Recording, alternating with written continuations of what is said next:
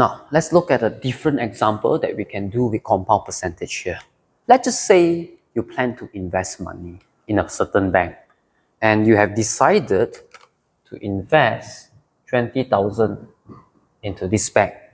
And this bank tells you that annually your money will grow 4%, right? Annually. Okay, so let's just say you have kept your money for the first year, your money will grow 4% more than what you have initially invest, right? So we can calculate this amount easily by using the multiplier formula, right, which is this one. So we can quickly calculate this. The original price that you have invested is 20,000. The multiplier is 4% since your money is growing.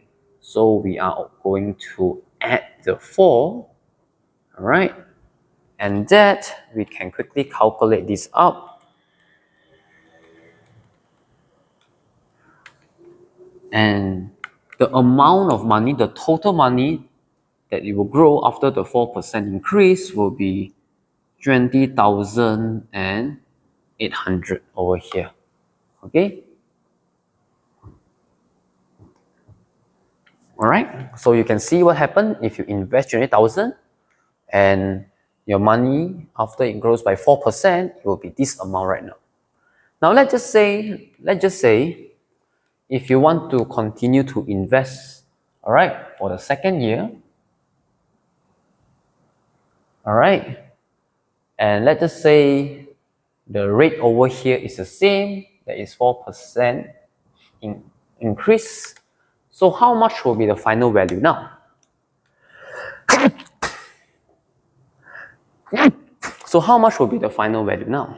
So we can quickly calculate this. So after my first year, this is my total money now. So that is going to be 20,800. And I'm going to multiply this by another 4%. So which is this. Okay. So we can quickly calculate this out. And I should get 21,632. Right?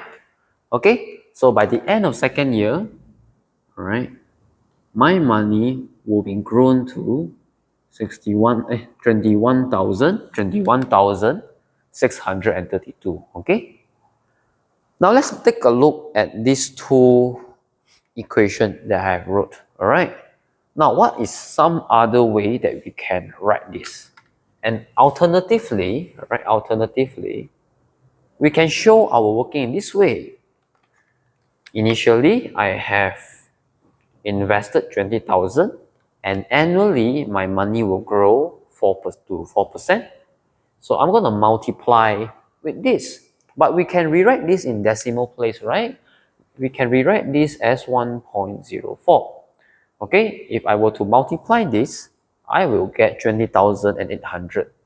Okay, but since I'm investing until to the second year, so I'm going to multiply by another 4% increase. So it's going to be 1.04, which ultimately gave me this value over here.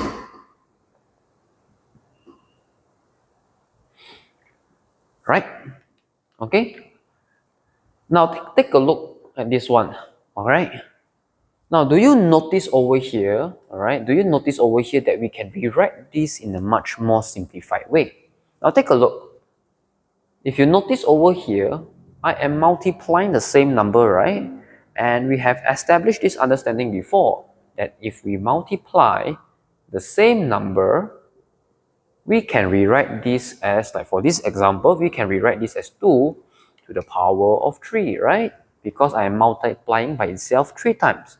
So I can establish this understanding and rewrite this calculation over here. So how can I rewrite this? My original price value that I invest is 20,000. And since I am multiplying the same multiplier here, so actually I can rewrite this in this way.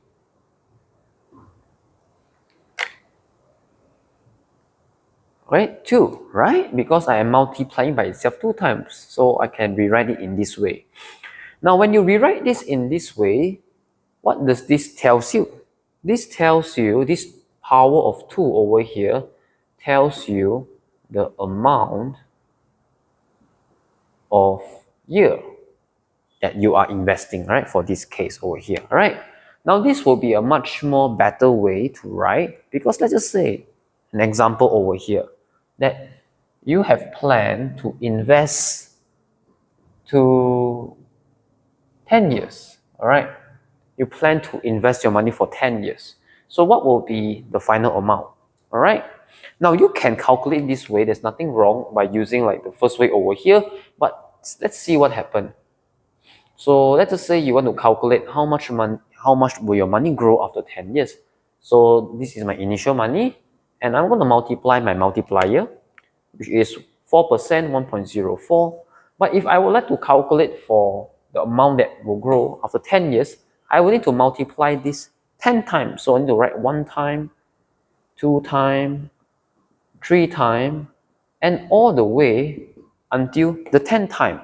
So if you notice, I'm going to be writing this very long, and it's kind of messy, because it kind of looks somewhat messy. But again, like over here, we have established an understanding how we can rewrite this, so we can clean this up a bit.